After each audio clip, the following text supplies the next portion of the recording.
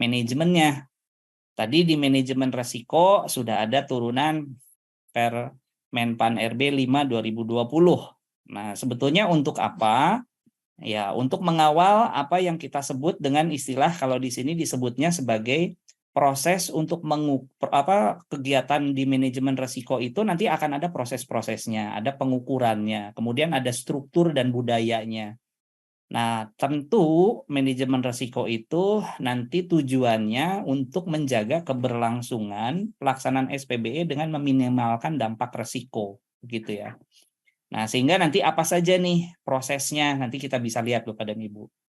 Dan rujukannya nanti selalu Bapak dan Ibu melihat ke manajemen risiko di Permenpan RB nomor 5 2020. Nah, sekarang apa yang dimerahkan inilah yang saya sebut dari tadi sebagai pemenuhan ruang lingkup proses atau muatan yang harus dilaksanakan. Jadi, kalau ingin tadi contoh sebuah IPPD-nya mau menghasilkan tingkat kematangan di level 3, berarti yang pertama harus dilakukan adalah sudah melakukan proses identifikasi risiko, melakukan analisis risiko, melakukan pengendalian, pemantauan, dan evaluasi terhadap risiko. Nah, makanya nanti Bapak dan Ibu bisa kita lihat di dalam Permenpan RB 5 2020 itu akan ada kertas-kertas kerja. Ada form 1 sampai form 5. Nah, biasanya form 1 sampai 5 itu untuk mengawal pembuktian kegiatan, muatan atau proses yang dilakukan dari mulai identifikasi sampai tadi ada pemantauan dan evaluasi. Itu yang dimaksud. Nah, demikian juga misalnya untuk membangun, kalau contoh di sini ada istilah tadi budaya ya, untuk menghasilkan sebuah budaya, bahkan sudah ada unit-unit yang didefinitifkan sebagai komite, misalkan manajemen risiko, ada KMR-nya. Ada UPR-nya yang ditetapkan sebagai pengelola risiko yang ada di masing-masing IPPD dan ada unit kepatuhan. Nah, nanti siapa saja yang disebut KMR, UPR, dan UKR nanti kita lihat. Dan tools yang digunakan itu adalah yang ada di lampiran Permenpan RB nomor 5 2020. Ya. Nah, amanahnya ini ada dari pasal 46 di Perpres 95 dan diturunkan di Permenpan RB 5 2020. Nah, sekarang kita lihat. Inilah yang disebut sebagai proses umum manajemen risiko yang ada di Permenpan RB 5 2020, di mana kalau tadi KMR itu siapa, ini unsur pimpinan IPPD, karena di sini yang sisi strategik yang menetapkan misalnya risk registernya ditetapkan, pedomannya ditetapkan. Nah, kalau UKR itu siapa? UKR adalah inspektorat Bapak dan Ibu atau Wasnal kalau di beberapa pengawasan internal begitu ya, ITKO nyebutnya macam-macam nih, ada yang nyebut ITKO, inspektorat. Nah, intinya adalah ex officio dari unit kepatuhan yang ada di lingkungan IPPD begitu. Dan UPR adalah semua satker. Kalau di pemerintah daerah ya berarti semua perangkat daerah termasuk yang di Setda itu yang biro-biro begitu ya, itu adalah UPR Bapak Ibu. Dan di dalam proses umum manajemen risiko SPBE itu didefinisikan ada 16 kategori risiko, ada 7 area dampak risiko yang terkelompokkan menjadi risiko yang namanya perencanaan ya atau risiko strategik, kemudian ada risiko project atau risiko pengadaan dan ada risiko operasi begitu ya. Nah, posisinya kalau berdasarkan apa yang digambarkan di sini, prosesnya meliputi dari mulai penetapan konteks, kemudian ada penilaian risiko dari mulai mengidentifikasi, melakukan analisis, melakukan evaluasi, termasuk juga dilakukan komunikasi konsultasi, proses pencatatan dan pelaporan, serta pemantauan dan review. Nah, seluruh area inilah yang harus sudah dilakukan kalau ingin Bapak dan Ibu di IPPD-nya memiliki tingkat kematangan dianggap sudah ada di level 3. Dengan syarat. Syaratnya berarti sudah ada di peta rencana dan sudah memiliki pedoman. Nah, kalau seluruh siklus ini sudah dilakukan minimalnya ada di satu perangkat daerah atau di satu satker, satu kedeputian, itu sudah bisa dianggap memenuhi. Dan harapannya itu yang harus tertular kepada satker lain, perangkat daerah lain untuk bisa mulai memenuhi tingkat kematangan level 4. Nah, karena nanti biasanya kalau untuk level 4 kan berarti harusnya sudah dilakukan di seluruh unit kerjanya gitu. Nah, inilah 7 dan 16, 7 area dampak dan 16 kategori risiko. Jadi Bapak dan Ibu nanti tinggal memilih pada saat melakukan identifikasi risiko, kira-kira risk register ini seperti apa. Nah, best practice-nya adalah bagaimana kita bisa melakukan kategori risiko dan menginventaris mana yang menjadi area dampak, itu dengan pengalaman teman-teman APIP yang ada di Inspektorat, yang ada di Wasnal, yang ada di ITKO gitu ya, bisa memulai mengidentifikasi dari risk register program yang selama ini mungkin sudah dilaksanakan. Jadi kalau melaksanakan ada audit program, nanti dilihat ini apakah ada hubungannya dengan area dampak reputasi, apakah ada hubungannya dengan finansial, yang terkait dengan penyelenggaraan pemerintahan berbasis elektronik atau SPBE. Nah, dari mulai situ bisa dikembangkan Bapak Ibu. Jadi kenapa titik labuh di IPPD, Inspektorat harus juga melakukan pengawalan pelaksanaan dari manajemen risiko, karena ini adalah bagian dari amanat SPIP juga Bapak dan Ibu. Dan SPIP sudah cukup lama begitu ya diamanatkan untuk dilakukan. Nah, tingkat kematangannya, jadi tadi sudah cukup banyak disinggung, polanya sama, berulang untuk 8 area manajemen. Yang pertama tentu kita bisa melihat di sini kalau dilaksanakan tanpa program, itu udah pasti levelnya 1. Dilaksanakan dengan basis sudah ada tertuang di peta rencana, ini dapat 2. Meskipun belum mengacu kepada pedoman pelaksanaannya ya. Jadi kalau misalnya tidak ada di peta rencana, ya mohon maaf Bapak Ibu, ini berulang kali muncul pertanyaan begitu ya, kok ini bisa nilainya 1 semua ya, karena mungkin bisa jadi tidak ada di dalam peta rencana begitu. Meskipun evidennya Bapak dan Ibu sudah mengupayakan untuk diunggah dengan sangat lengkap begitu ya, tapi karena persyaratannya dinyatakan harus ada tertuang di peta rencana, itu yang harus diupayakan untuk betul-betul menjadi komitmen dari tim koordinasi SPBE IPPD bahwa di dalam peta rencana ada 7 muatan. Salah satu muatan yang harus ada adalah amanat menjalankan 8 area manajemen. Nah, kalau sudah ada di peta rencana, sudah dilaksanakan meskipun tadi belum mengacu pedoman, kalau ingin 3 ya tadi berarti dibuatkan pedomannya untuk bisa mengguidance begitu ya pelaksanaannya dan diterapkan pada seluruh pemenuhannya. Nah, pemenuhan yang dimaksud adalah ruang lingkupnya Bapak Ibu. Ruang lingkup yang mana? Yang tadi proses. Dari mulai identifikasi ya sampai tadi melakukan pelaporan, nah itulah siklusnya. Dan ini sudah dicontohkan di sini. Nanti bukti dukungnya apa? Kalau di SPBE untuk Manris itu kan ada form 1 namanya yang disebut dengan fakta integritas. Nanti ada yang kedua form untuk identifikasi resiko dalam bentuk konteks resikonya begitu ya. Kemudian nanti ada 3 kalau sesuai dengan fase yang tadi disebutkan di sini ada form 1 ya, kemudian ada form 2 itu penetapan konteks, form 3 itu penilaian, form 4 itu penanganan, dan yang terakhir laporan ya, form 5 itu laporan. Jadi kalau ditanya seperti apa cara menginventaris begitu pelaksanaannya, ada di sini Bapak Ibu ya. Jadi prosesnya seperti itu yang harus dilakukan. Dan baru nanti kalau sudah siklusnya dalam 1 tahun atau tadi per 6 bulan manajemen risiko yang dikawal oleh teman-teman di Inspektorat, ITKO atau Wasnal bareng dengan teman-teman di unit pengelola TIK misalnya di Pusdatin atau di Diskominfo.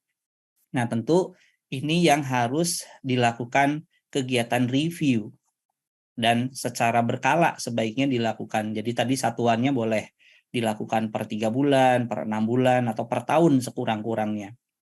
Dan kalau itu disertai dengan evidence bahwa sudah dilakukan review, nanti biasanya akan ada istilah risk residual, ya, resiko-resiko yang tersisa yang memang harus ditangani karena belum tuntas nih resikonya. Dan yang menarik adalah kalau berbicara resiko di SPBE yang agak membedakan dengan resiko-resiko sebelumnya mungkin yang dikelola oleh Inspektorat, itu adanya hadir resiko positif Bapak Ibu. Jadi resiko itu tidak hanya resiko yang negatif, tetapi ada resiko-resiko positif yang berpeluang mendorong percepatan atau keberhasilan program-program SPBE. Nah, itu yang harus dicermati. Jadi kalau misalnya lengkap, sesungguhnya di dalam pelaksanaannya itu sudah mengandung unsur resiko positif dan resiko negatif begitu. Dan terakhir untuk level 5 tentu ini yang harus ditunjukkan kalau ini sudah menjadi siklus yang berkelanjutan. Nah, kalau dalam istilah kegiatan manajemen risiko ini sudah menjadi budaya sadar risiko. Nah, kalau yang sudah praktek baik cukup melaksanakan bagus di manajemen risiko seperti di Kementerian Keuangan ini sudah menjadi bagian dari budaya organisasi yang berkelanjutan. Nah, itu mungkin yang pertama, dan seperti apa harusnya, misalnya ini contoh ilustrasi ya Bapak Ibu ya, memasukkan rencana aksi manajemen risiko di dalam peta rencana. Nah, Bapak dan Ibu bisa memasukkan contoh kegiatan program kerjanya seperti ini misalkan. Kan tadi sudah ada ya, harus ada menetapkan konteks. Nah, penetapan konteks itu kegiatannya tahun berapa, di sini PIC-nya siapa, nanti rencana kegiatannya apa, misalnya akan ada FGD, akan ada diskusi, akan ada seminar, workshop, ya silahkan. Ini adalah contoh pakem bagaimana di peta rencana SPBE yang ditetapkan IPPD pada saat kita mendefinisikan ada kegiatan untuk menjalankan amanat manajemen risiko SPBE. Nah, ini yang bisa dilihat sebagai rencana aksi begitu ya. Nah, ini contohnya Bapak Ibu. Kalau tadi saya menyebut ada formulir 2. Nah, 2 itu ada 2.1 sampai 2.10. Nah, ini contoh yang dicuplik adalah 2.8. Pada saat misalnya menetapkan kriteria dampak risiko misalnya. Ini contohnya. Tadi ada layanan organisasi. Nah, ini ada yang positif dan negatif. Tadi yang saya sebutkan begitu ya. Kemudian level dampaknya, matriksnya kebetulan dikalikan 5 kali 5. Jadi saya melihat kemarin ada beberapa yang masih menggunakan matriks 3 kali 3 gitu ya. Kalau sesuai dengan apa yang ada di Permenpan RB 5 2020, matriksnya sudah 5 kali 5 Bapak Ibu. Ya. Baik, itu yang pertama di manajemen risiko. Nah, yang kedua ini manajemen keamanan informasi yang tadi sudah disampaikan turunannya di PRBSSN nomor 4 2021, di mana di sini disebutkan bahwa harus melakukan apa di manajemen keamanan informasi SPBE itu, harus melakukan tadi ruang lingkupnya itu ada penetapan ruang lingkup dari apa yang dikerjakan, ada penetapan penanggung jawab, ada perencanaan dukungan pengoperasian, evaluasi kinerja, dan perbaikan secara berkelanjutan. Nah, inilah yang dimaksud dengan muatan, apa yang harus dilakukan dalam konteks menerapkan manajemen keamanan informasi sesuai dengan PRBSSN nomor 4. Dan inilah yang menjadi kelanjutan dari kegiatan manajemen risiko, Bapak Ibu. Jadi manajemen keamanan informasi itu berbasis risiko. Karena di sini disebutkan, manajemen keamanan informasi itu memiliki tujuan menjamin keberlangsungan SPBE dengan meminimalkan dampak risiko yang berhubungan dengan keamanan informasi. Nah, terutama apa? Salah satu yang paling krusial kan data dan informasi begitu ya, Bapak Ibu ya. Selain itu ada lagi aplikasi, ada juga yang namanya infrastruktur. Makanya nanti akan sangat terkait tuh apa yang sudah diidentifikasi dari manajemen risiko tadi. Nah, inilah yang saya warnakan dengan warna merah yang disebut dengan proses manajemen keamanan informasi SPBE, mulai dari penetapan ruang lingkup, penetapan penanggung jawab, perencanaan dukungan pengoperasian, kemudian evaluasi kinerja, dan perbaikan berkelanjutan. Nah, kalau dihubungkan, di sini ada istilah CIA, biasanya confidentiality, jadi untuk menjaga kerahasiaan, menjaga keutuhan, integrity, kemudian menjaga ketersediaan atau availability, dan keaslian dan kenirsangkalan atau non-repudiation. Nah, apa saja yang menjadi objeknya? Ada data dan informasi, infrastruktur, dan aplikasi. Makanya di audit akan hadir audit infrastruktur, audit aplikasi, itulah yang diamankan begitu ya Bapak Ibu ya. Nah, sehingga nanti harapannya kalau apa yang menjadi amanat PRBSSN nomor 4 2021 pedoman manajemen keamanan informasi SPBE dan standar teknis dan prosedur keamanan SPBE kalau betul-betul dilaksanakan itu tentu harusnya bisa mengawal lah setidak-tidaknya usaha preventif untuk pengamanan informasi SPBE dapat dilakukan. Nah, jadi Kalau tata kelola keamanan SPBE itu digambarkan dalam sebuah skematik diagram, itu akan ada keputusan kebijakan keamanan ya Bapak Ibu. Kemudian akan ada istilah kegiatan monitoring dan evaluasi pelaksanaannya bagaimana. Kemudian ditentukan penerapan standar keamanannya. Nah, itulah istilahnya tadi kalau berbicara di manajemen keamanan ada PDCA atau Plan, Do, Check, Action, atau Plan, Build, Run, dan Monitor. Kalau istilah di ISAKA ya, di tata kelola IT itu menyebutnya di COBIT itu PBRM begitu ya. Kemudian dilaksanakan untuk uji kelaikan keamanan, baik dari standar keamanan aplikasi dan standarnya di infrastruktur. Nah, itulah yang hadir di PRBSS nomor 4. Jadi contoh Bapak Ibu kalau dicermati betul di dalam bab 3 PRBSSN itu di situ sudah ada misalnya kalau di aplikasi. Bapak dan Ibu misalnya akan mengembangkan aplikasi web atau aplikasi mobile. Nah, di situ standar teknisnya itu sudah ada. Harus bagaimana pemenuhannya sebagai checklist apa saja itu sudah disiapkan. Dan untuk memastikan kepatuhan terhadap seluruh penerapan standar dan manajemen yang sudah dilaksanakan, dilakukanlah audit di fase akhir. Makanya di indikator domain manajemen itu diakhiri dengan audit untuk mengawal apakah kepatuhan terhadap standar itu dilaksanakan atau tidak. Dan inilah kalau ditanya apa saja sih kegiatan yang berhubungan dari mulai perencanaan, penetapan penanggung jawab, penetapan ruang lingkup. Nah, untuk memenuhi nilai 3, berarti seluruh yang warna-warni rangkaian proses manajemen keamanan inilah yang harus dipenuhi. Kita ambil contoh ya Bapak Ibu, di perencanaan. Oh, berarti kami kalau dianggap sudah melaksanakan kegiatan perencanaan, berarti sudah ada program kerjanya apa saja. Berarti di sini harus ada program kerja yang disusun berdasarkan kategori resiko. Sudah ada target realisasinya seperti apa? Artinya sudah dilaksanakan, bukan hanya merencanakan tetapi sudah direncanakan, ada target-target yang jelas dan nanti tentu akan dieksekusi begitu ya. Karena ini fasenya kan perencanaan.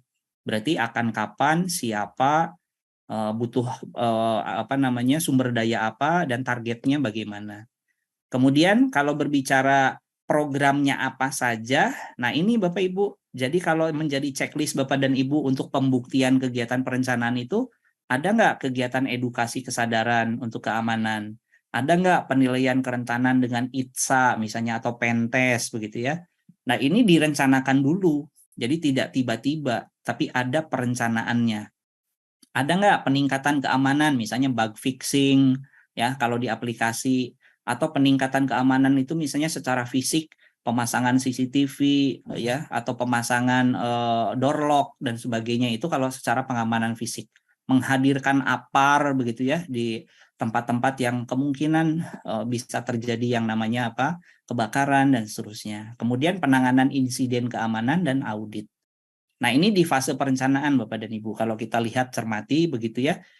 Penanggung jawab berarti sudah ada definitif orang yang ditetapkan begitu. Siapa tim pelaksana teknisnya? Biasanya kan ada di tim sandi kami begitu ya atau di Pusdatin yang memang bertanggung jawab di area keamanan. Nah, ini tergantung dari OTK masing-masing begitu ya, ada di mana gitu.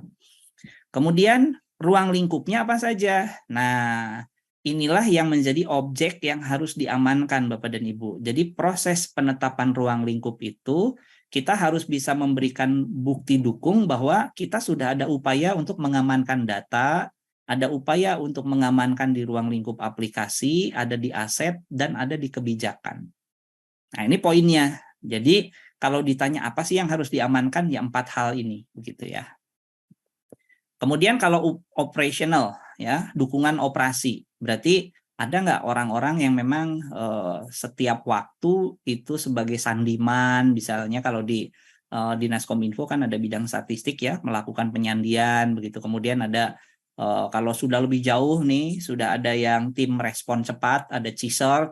Nah itu berarti untuk mendukung pengoperasian manakala terjadi insiden, ada problem begitu ya, harus menghadirkan tim quick response begitu, itulah CSERT berperan di situ. Termasuk dukungan terhadap anggaran. Makanya tadi ada di peta rencana menjadi sebuah kunci begitu ya.